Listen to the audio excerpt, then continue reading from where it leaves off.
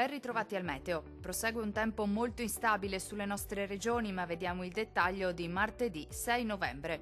Sulle Veneto il tempo risulterà molto perturbato a causa di una perturbazione atlantica. Ecco dunque che sulla nostra regione avremo piogge e temporali frequenti possibili un po' su tutte le province, alternati a qualche schiarita. Più asciutto in genere il Veronese e il Rodigino.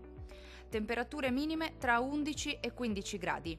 Valori massimi compresi invece tra 14 e 20 gradi circa. Diamo ora uno sguardo al Friuli Venezia Giulia. La situazione sarà molto simile, anche la nostra regione sarà infatti alle prese con un nuovo fronte perturbato che porterà precipitazioni temporalesche a carattere sparso, alternate a pause più asciutte e anche soleggiate. Le temperature minime saranno comprese tra 12 e 15 gradi. Le massime invece oscilleranno tra i 16 e i 19 gradi. Vediamo infine la situazione del Trentino Alto Adige.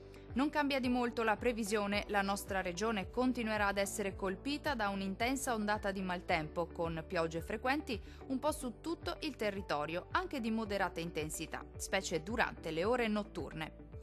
Temperature minime tra 9 e 11 gradi, massime oscillanti invece tra 12 e 16 gradi circa. Dal meteo di Antenna 3 per ora è tutto, arrivederci al prossimo aggiornamento.